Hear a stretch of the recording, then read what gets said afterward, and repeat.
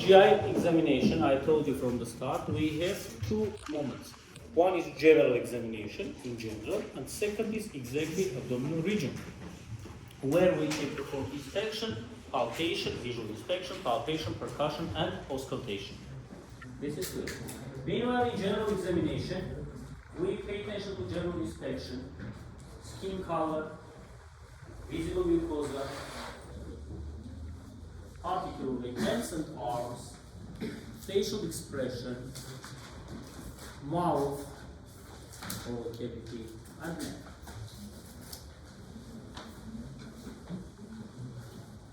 These are general principles of the exam about which we spoke last year as well. So, what do we need? We need good light, white. For example, we may have jaundice. Remember, jaundice is better seen at daylight. Make seen with artificial light. But if this is a dark condition, you may not see. If we have dark skin color, it may not be seen or not that much. In this case, we pay. It's not there. Somebody stole it. Why? 403. I'm sorry, maybe 407 also. Only these two rooms, not from 410. So, relaxed patient is supine position. About this we've spoken. Because if patient is not relaxed, it is contracting abdominal wall muscles. And it is, in its turn, makes problems for your proper palpation. Up to, you may confuse it with guard. Okay? Next, empty bladder. You may say, so what? By the way, where our friend is not taking on leg foot. You don't have. Be kind, my friend.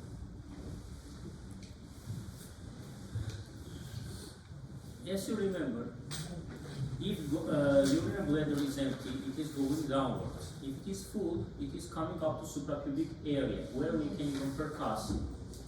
If it is full but cannot be excreted.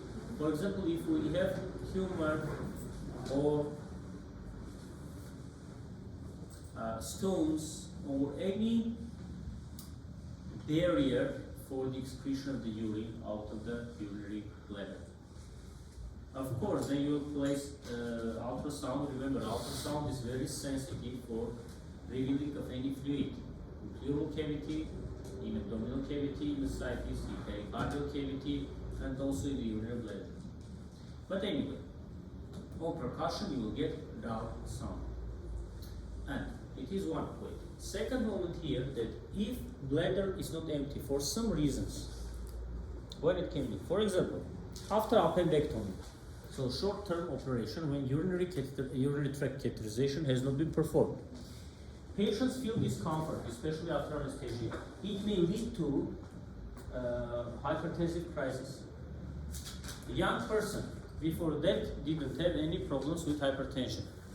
After operation has hypertension. There are some causes. One of them is due to the pain. After operation when anesthesia. No?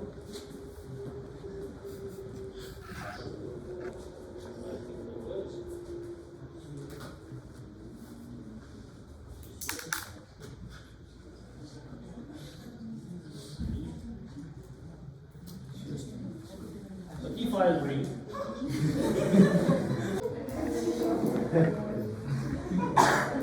exam mark already with 1.0. If you cannot find this, how can you diagnose the disease? I'm joking. 2 points below.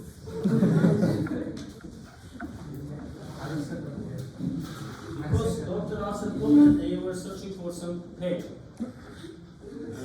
3 points below. Because nowhere I told about the pain.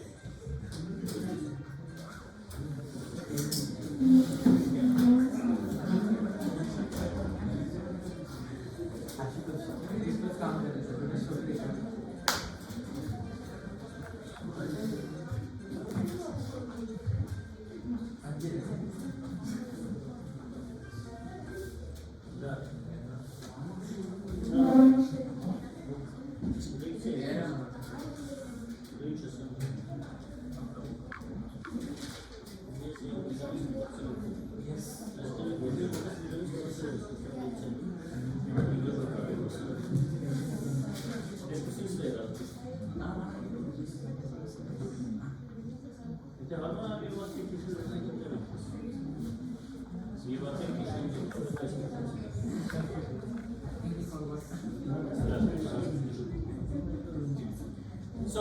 empty bladder. Empty bladder has a meaning that if it is not empty, and sometimes patients feel shame to tell that it's not empty, especially if catheterization of urinary bladder is not done.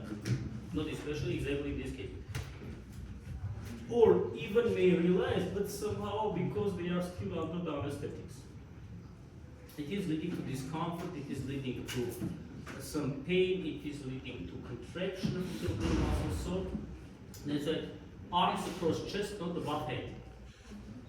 Look, as a rule for GI examination, we are standing from the right side of the patient, I told you last time. Patient is flexing joints in hip and knee joints up to 30 degrees to relax the abdominal muscles. Hands are put either like this or like this across the body. Okay, it is relaxing the muscles. Also, when we are performing like this, somehow it compresses on the costal region and makes easier the palpation for the examiner. So decreases the excursion of the chest. Is limiting. Next, ask patient where they is and examine on the last turn. About this we have spoken. If the patient is ticklish or frightened, initially use the patient's hand instead of yours under when you palpate to bring to some trust. It is called compliance in medicine. Compliance in general, it is the response to the treatment. For example, you may have, last year we spoke about this, you may have 10 patients with the same diagnosis, you are the same doctor, you are prescribing the same treatment, but results are not the same. In one patient, for example, blood pressure decreases if hypertensive, too much, normal levels. Second patient is not decreasing that much. Third person, no change, even maybe increased pressure. So these issues should be discussed, should be taken into account. Not always, how to say, people meet your expectations as patients. So please be kind to roll it out. What's up with this up? This is not working. Check signal cable. We should check signal cable. Where is it?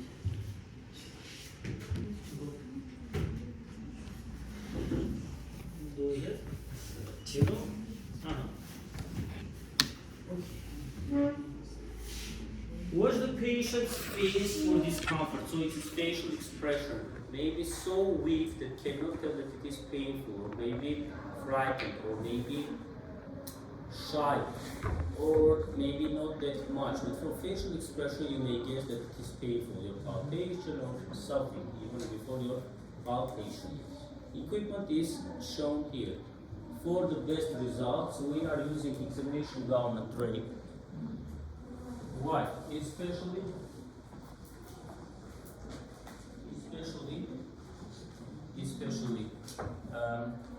male, female, these gender differences for them to feel maximally comfortable. And you know, last semester we spoke, for example, the same chest examination while performing status auscultation. There are special equipment which they may wear, not to feel shame, but for you to have maximal approach to the chest region. It is typical for males and for females as well. Stethoscope, skin marker, ventricular tissues, and tape measures. About this we will speak in already pathologies. General inspection, what we may find? Nutritional state, wasting, cachexia. The extremal state of this is called cachexia, which is typical for advanced level of liver cirrhosis or liver failure or respiratory failure, but now we are speaking about GI tract.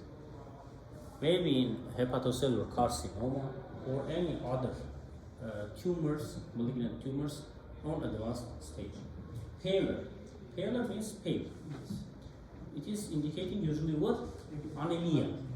Anemia, how is related to the GI tract? First, we may have loss of blood due to the same ulceration, peptic ulcer disease. As a complication, we have what? Bleeding.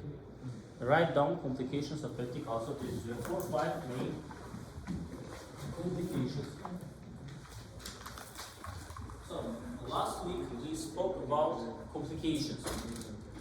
Not only about complications, but what is ulcer, peptic ulcer disease. And I wrote here that we have mucosa, submucosa, muscularis, and adventitia. And ulcer means that we have muscle layer involved. We have 4 or 5 complications of peptic ulcer disease. Remember, mainly peptic ulcer disease involves duodenal or stomach. Accordingly, we have gastric and duodenal ulcers.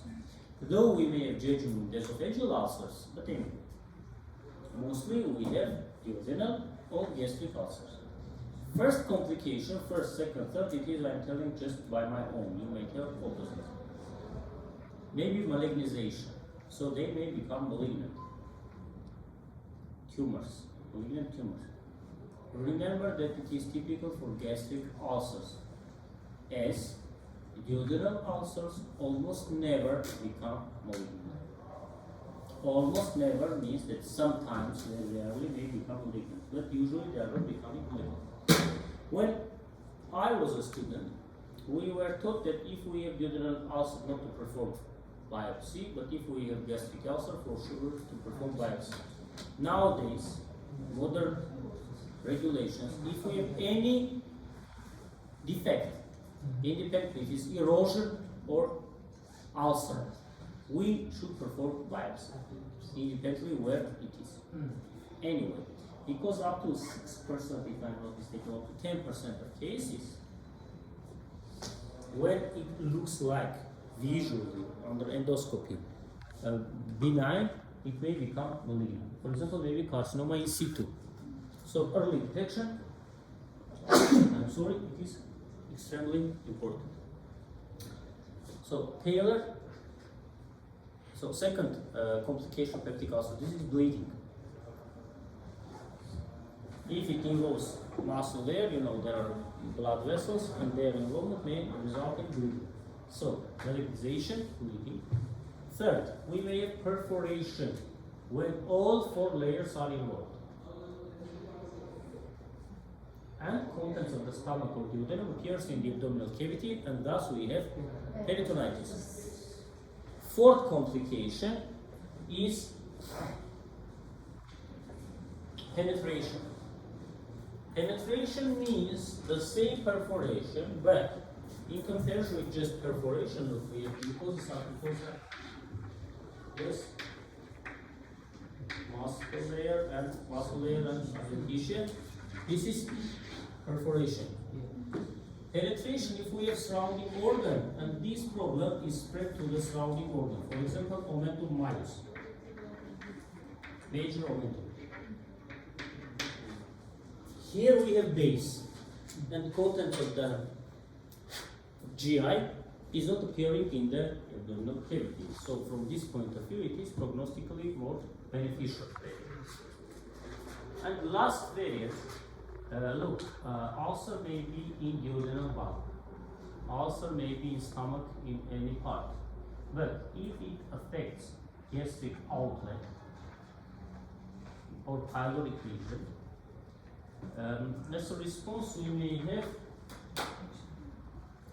may have connective tissue overgrowth, which is leading to obstruction, gastric outlet obstruction or pyloric stenosis is the stem. Remember this because now we'll speak about this, pyloric stenosis.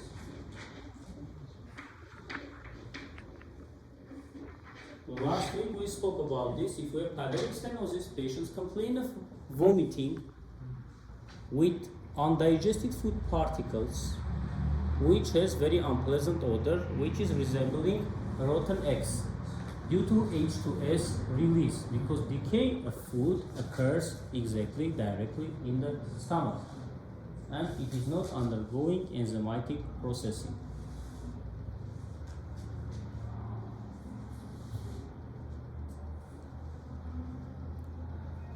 So, remember these issues because now we'll speak about them one by one. Next. So, pallor. Pallor may be due to bleeding from GI tract, any part. Usually we have iron deficiency anemia. And nails look like what? Spoon-shaped nails, which is called koilonychia. Koilonychia. Also, vitamin B12 is being absorbed by from the upper part of GI tract. Accordingly, if we have any inflammation, enteritis, if we have resection of that part or any problem, tumor and so on, we may have problems with absorption of vitamin B12, sign covalent. And thus vitamin B12 deficiency anemia. So both anemias are possible in GI problems. Also remember that coagulation factors are made by liver, produced by liver. Accordingly, in liver cirrhosis, if we have liver failure already, synthetic function also is decreased, and we may have high chance of hematomas, so bleedings, ecchymosis, and so on. Jaundice. About jaundice, last week we spoke. It is yellowish discoloration of skin and visible mucosa due to hyperbilirubinemia. But remember that bilirubin, we have direct and indirect, or conjugated and unconjugated, and as a result we have total bilirubin, which is the sum of conjugated and unconjugated. It should be normally less than 20.5 micromole per liter, or less than 1 or 2 milligram per deciliter. Jaundice is becoming apparent when it is at least twice or 3 times higher than upper limit. For example, if 21 would become 25, you will not see. Remember about this in details, we'll speak in hepatobiliary system. And remember that first structures usually where we see jaundice is the eye sclera. Why? Because eye sclera contains elastic fibers, and bilirubin has very high affinity towards elastic fibers, so it is bound to them, and thus first conditions where we see remember jaundice also called icterus. And these conditions are called icteric conditions. So even if it's not icterus yet, but sub-icteric conditions, usually we may see it from the eye sclera. Now, jaundice may have prehepatic, intrahepatic, posthepatic causes, and so on. I don't want to speak today about this. Remember that normal jaundice is due to hyperbilirubinemia. Pigmentation, hemochromatosis. It is a, I'd like to say topic. It's a disease where we have impairment of what? Which metabolism? Iron.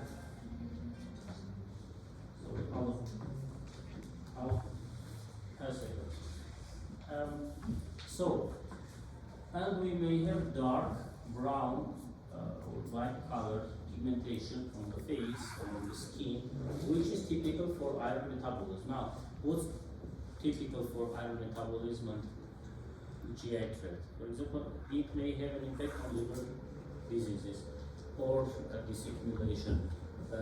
We have transferrin, ferritin, they are also regulated by liver, so it's also possible. Mental state, encephalopathy. To understand this, one should know that we have liver which has more than 500 functions. 500 functions over the day. Remember, but we need to write down. It is synthetic function and detoxification function. So, synthetic function, if it fails, will not have synthesis of a lot of products. First of all, proteins. Among them are coagulation markers, coagulation factors. And second is inactivation of endogenous waste products. Indole, skatol, cresol, and of course ammonia, and a lot of others. If liver fails, it means it fails to produce, to detoxify these toxins. As a result, the accumulation may have a negative impact on the brain, and we may have at first encephalopathy, which may result in hepatic coma. And what is typical for coma? glaucoma, we may see. Just give me 1 minute, I'll go downwards and come back and we'll continue, okay? And these are nails, look. First is here, second is here.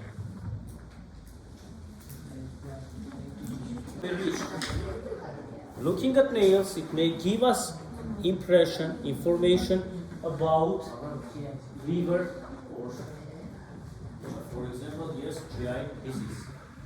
E10, this is called koilonychia or spoon-shaped nails, which is typical for iron deficiency anemia. Such kind of issues will be in your OSCE or tests. Practical skills. Now, formal doesn't matter. Idea I tell you.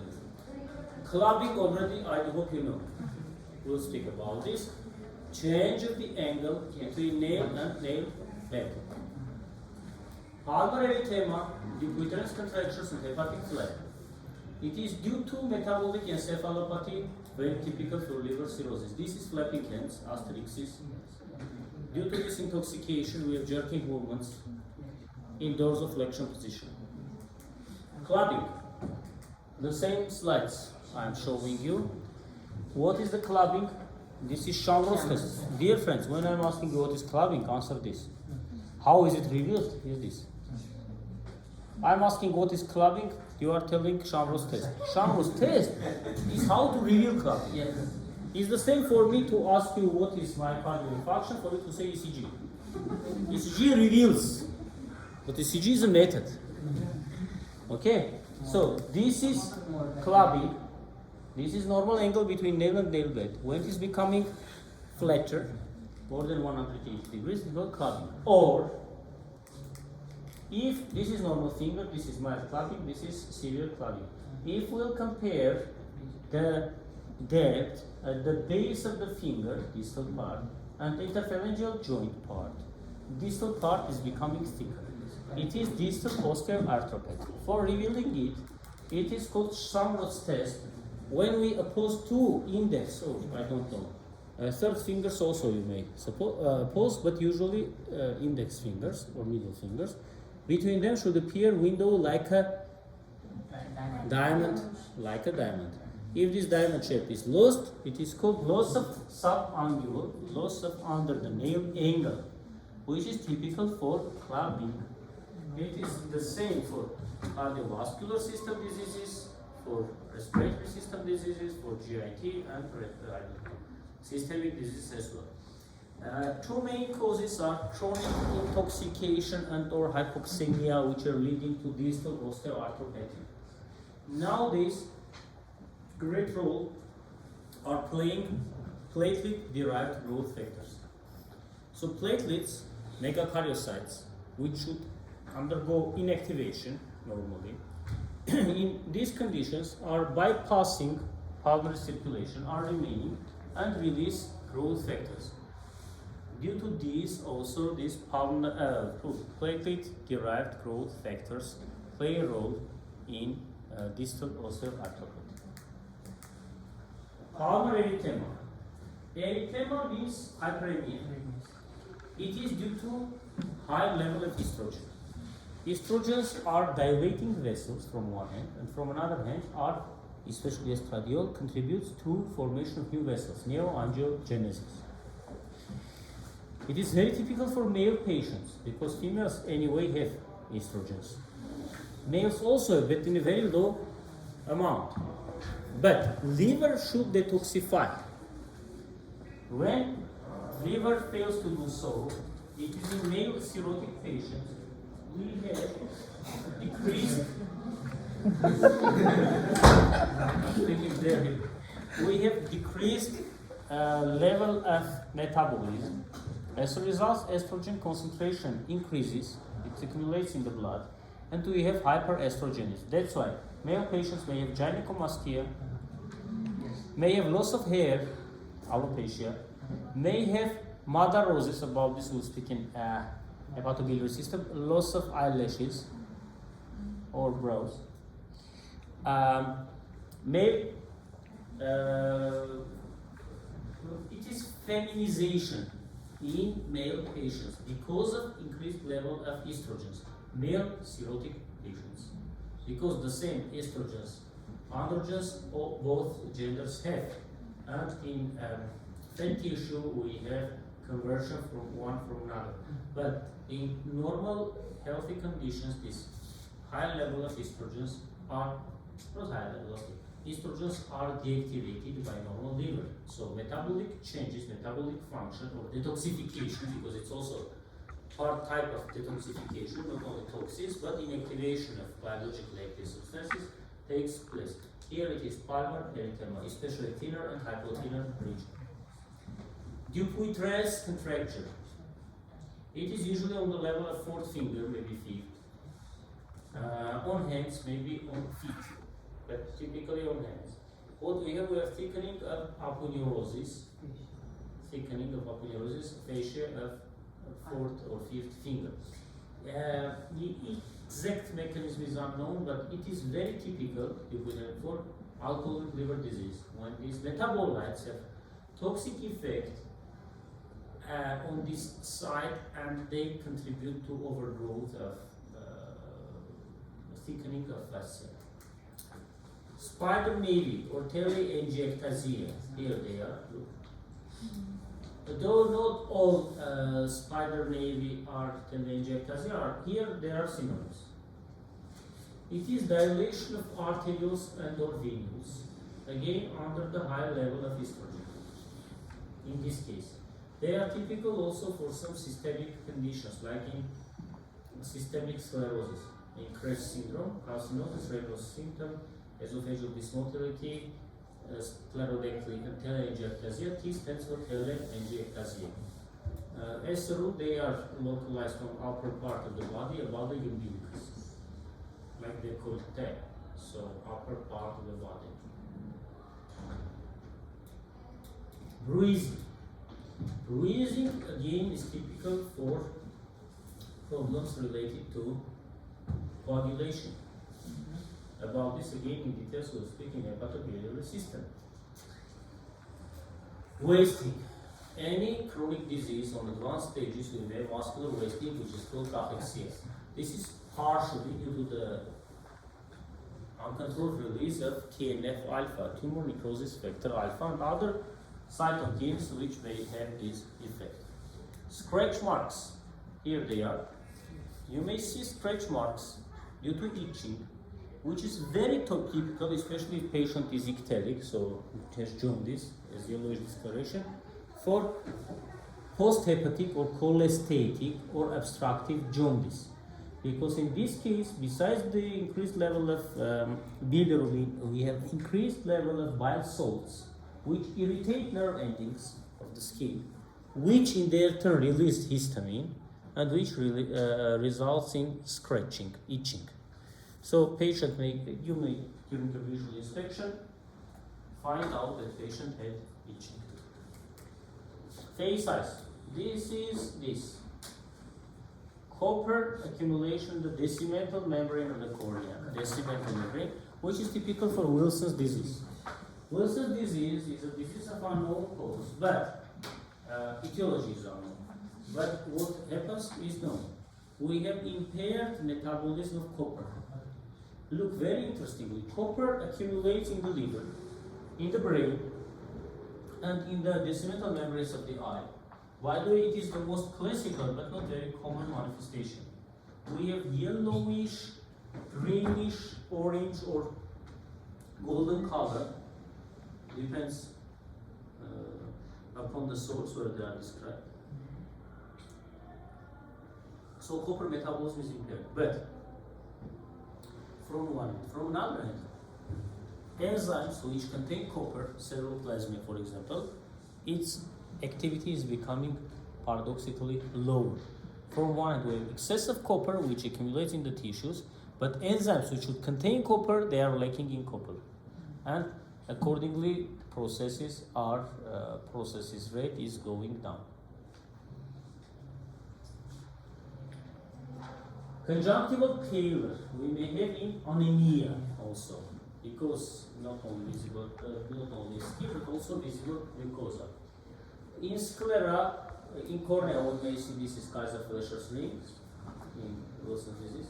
We may have conjunctival failure in anemia. In sclera, we may see jaundice and inflammation of ileus iritis already.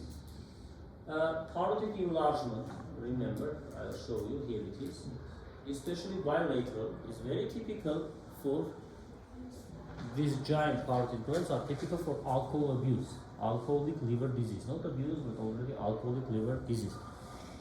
Final mechanism is unknown, but it is related to the fact that in this case, metabolites of alcohol metabolism have negative impact on overgrowth of the fat and glandular tissue of parotid glands, and thus we have parotid gland enlargement. Xanthelasma. Xanthelasma is this, it is accumulation. Last year also we spoke about this. In hypercholesterolemia, it is deposition of cholesterol and its esters around the eyes. If it is around the joints, it is called xanthoma. Xanthelasma may indicate diabetes mellitus, of course indicates atherosclerosis. Remember that as a rule, when you reveal xanthelasma, it is telling us that patient's total cholesterol level for a long time, more than 1 year, was at least twice higher of its upper limit of normal. If total cholesterol normal limit is up to 5 and 2 milligram per liter, it means that it has become more than 10 millimole per liter more than 1 year. That's why it deposited around the eyes in periorbital region. Inspection of oral cavity. Look, we may have fetal hepaticus breed, so hepatic odor, which is very typical for liver failure. It is sweetish aromatic, let's say. Why? Because when liver fails to detoxify, it also fails to detoxify aromatic substances like thiols.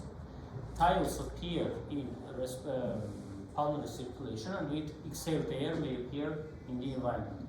So when you breathe in around patients, you may feel this sweetish odor, which is indicating liver insufficiency, which is called fetor, which means odor, hepaticus.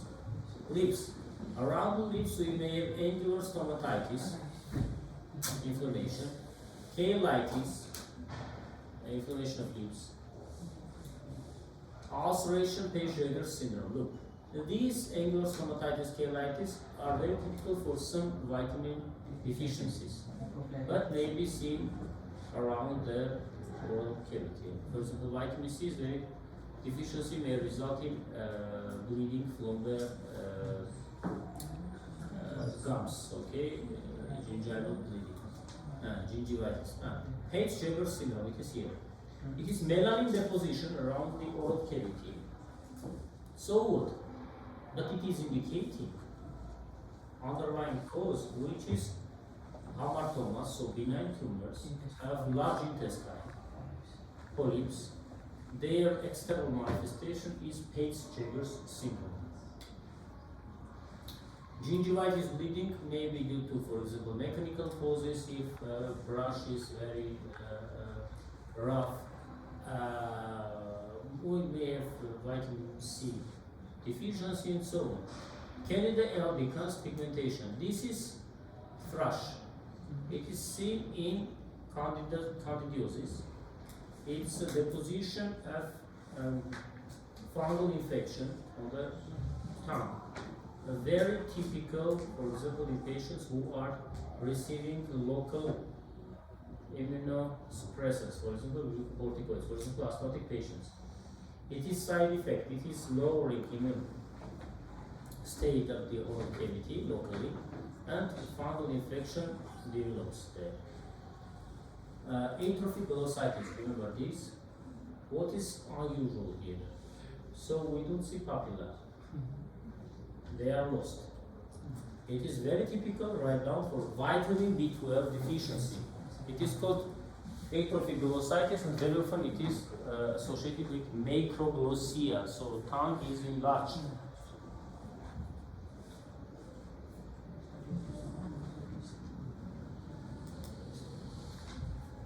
Leukoplakia. Leukoplakia, when we have white coating, it may be due to improper hygiene of the oral cavity. It may be very often in tobacco smokers. Furring. Furring, for example, may be due to dehydration. Fissures. The neck. We may have cervical lymphadenopathy. This is in left supraclavicular fossa. We see enlarged lymphatic node. It is called Troisier sign or Virchow's node. It is indicating gastric adenocarcinoma because it is metastasis from abdominal cavity up to the left supraclavicular fossa. Gynecomastia, as you can see, loss of hair.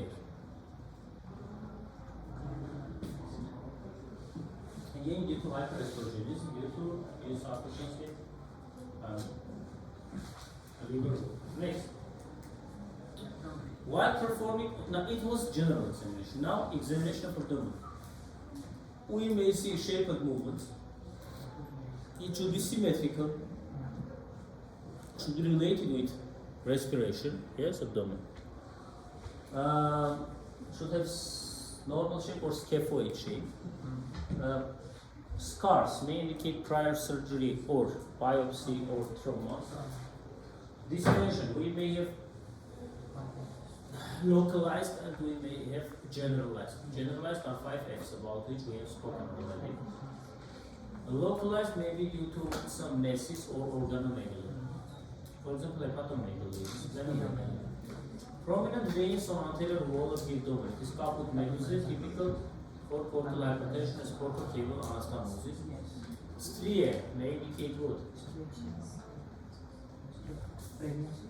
After pregnancy, after delivery, or people who used to be obese but lost the weight, or Cushing syndrome, quite right. In this case, they don't have silver color, but they have purple, violet color in case of Cushing syndrome.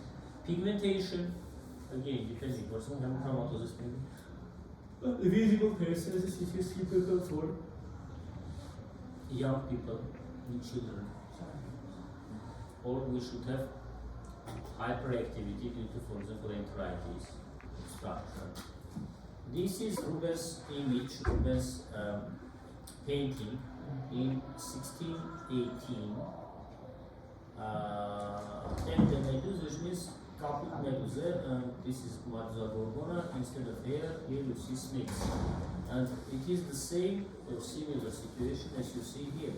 So on the anterior chest abdominal wall, you see dilated, convoluted veins. Until the Morgan spots, it is written, it is benign condition on anterior abdomen. It is cherry hemangiomas, okay, due to proliferation of blood vessels. They usually don't require treatment. Maximum cosmetic moments, just to remember. Ascites. Ascites is fluid accumulation in the abdominal cavity. Again, more details will pass a hepatobiliary system because it is mainly indicating liver cirrhosis. Look, obesity, distended abdomen, abdominal tumor is localized distension. Ascites. In case of ascites, when patient is in supine position, due to the gravity, fluid is accumulating in the flanks. Accordingly, above them will get dull sound. In the middle part, will get resonant sound. And if ascites is too much expressed, umbilicus may be protuberant, so everted outwards. That is also an indicator. If we ask the patient, for example, we don't know, it is due to tumor, for example, this dull sound in descendant part, for example, or due to the ascites. It is called method of shifting dullness. We ask the patient to come to lateral decubitus position, first to the right or to the left, on both sides. And due to gravity, you see the level of fluid. Below this midline or maybe upper, usually lower parts, we have dull sound. Above this, we have tympanic or resonant sound. The same we are doing to the opposite side. It means that it is waiting for 30 seconds, 20, 30 seconds. It is done for the redistribution of the fluid. Such kind of questions you will have in your practical skills.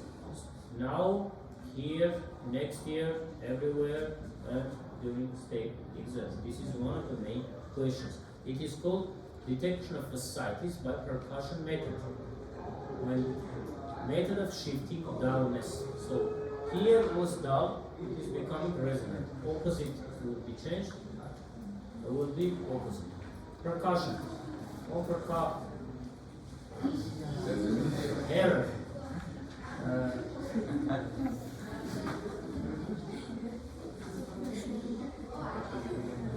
Exactly this they didn't want, of course, to come to my lecture. Percussion. On percussion we have 4 notes. Percussion is method for assessment of the density of the underlying tissues. This is the same. But not so soundly they are telling that it's better that you want to study, don't know when. So we have 4 sounds: resonant, dull, stony dull, and hyperresonant. Above the abdominal cavity we have 2 types of sounds. Above the solid organs, liver and spleen, we have dull sound. Above the hollow organs, we should have resonant sound. Here it is maybe called tympanic, the same. Tympanic or resonant sound. Here they are synonyms. Or if we have fluid in the abdominal cavity, again we may have dull sound. That's why shifting dullness method. Remember that stony dull is typical usually for fluid accumulation in pleural cavity, in pleuritis or in pleural effusion. Stony dull. Too much dull. For example, look, it is dull. It is dull. It is also dull. It is shorter in duration. Anyway, it is dense, but it is less dense in comparison with the stone.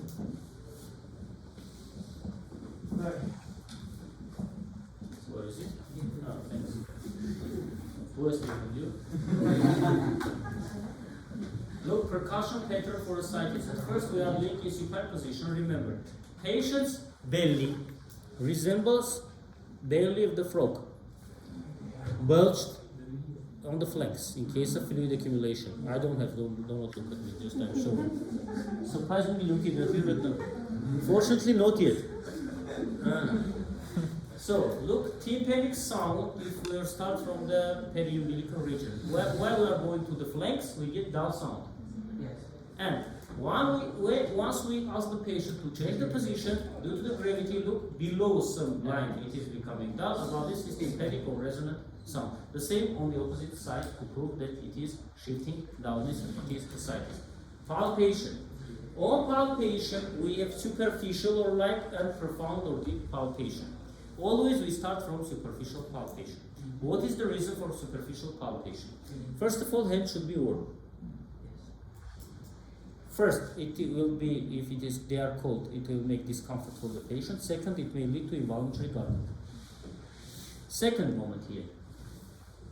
We are standing on the patient's right side. I told already about that the patient should flex knees and hips in joints for relaxation.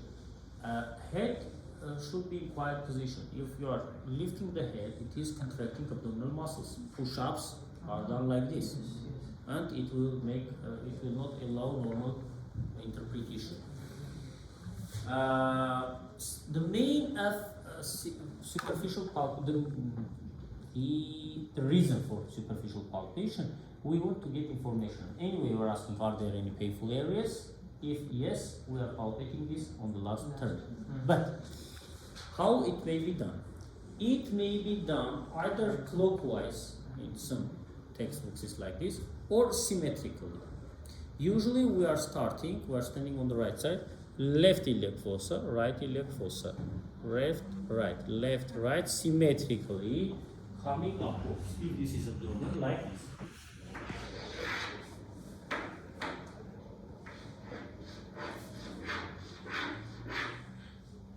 But superficially. We are using 4 fingers. Thumb is not used. Usually dominant hand. Sometimes we may do bimanual palpation using both hands. So, meaning of superficial palpation, to reveal painful areas first. Second, by this you may reveal also weak areas. For example, hernias, especially linea alba, white line, and periumbilical. For this you are placing your fingers. Now you'll see how I'm placing my fingers because it is in blue and white coat is white. Here you are placing and you are asking the patient to lift the head. If there is defect, your fingers are sliding through these defects. Or you are asking to cough. Okay? This is how this profound or deep palpation already is done to palpate the organs, borders, and understand organs consistency, location, and so on, pathology. So superficial glide palpation, look. Deep palpation. Maybe use both hands, maybe one hand, but this is just done. Palpation, what we can find? Tenderness, involuntary guarding, rebound tenderness, about this we have spoken. Tenderness with rigidity, about perforated viscous, peritonitis. Palpable mass, enlarged organ, fecal masses and tumor, and aortic pulsation of abdominal aorta. Next, rebound tenderness, about this we have spoken. Yes, Bluebird's side. Murphy's side, for gallbladder, when we palpate typically for Murphy's side, doctor should stand behind the patient, not like from behind, is placing the hand under the right costal margin, and on deep inspiration, when fingers are sliding in, it is causing a pain.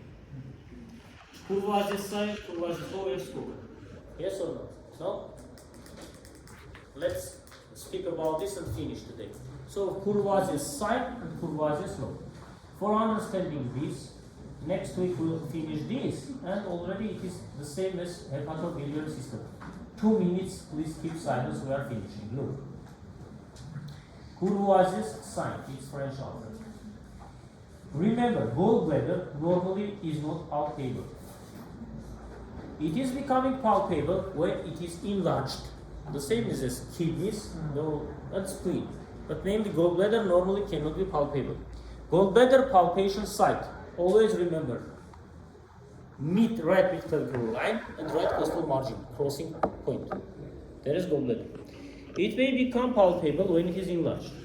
Enlargement, you may write down, may be due to inflammation, cholecystitis, which in Eastern may be calculous or non-calculous, and non-inflammatory. So, Courvoisier's sign means, by the way, open Chamberlain read. It is written. Courvoisier's sign, when one reveals palpable gallbladder, which is painless, and patient is icteric, as jaundice, it is called Courvoisier's sign or symptom.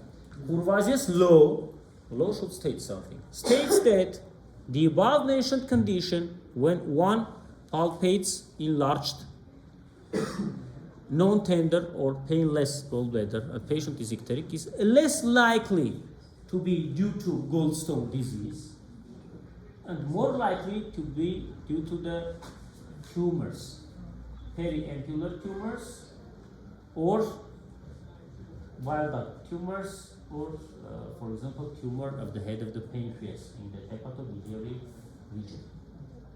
Okay, once more. So, Courvoisier's sign, when one reveals painless, palpable, but palpable gallbladder, and patient is icteric, as jaundice. And second, Courvoisier's law, which states that the above mentioned condition is less likely to be due to gallstone disease, but is more likely due to tumors and bile duct. though nowadays it has historical meaning because we made a lot of exceptions out of this rule. Anyway, classically, this is the rule, and this is the law, and this is the sign of Courvoisier. And lastly, you may see that on ultrasound image of cholecystitis, look, this is gallbladder. You see thickened walls of gallbladder. It is indicating inflammation. This is stone. You see this lens. Also, this is sludge, SL, which is not yet stone, but dense slime, from which stones are formed. So, what is left here? Please complete. Mainly, we have already hepatobiliary system for the next week. Remind me to send you the lecture. A lot of slides will be repeated. So, what I like to tell you, mostly 95% I told. Okay. If you have any questions, please.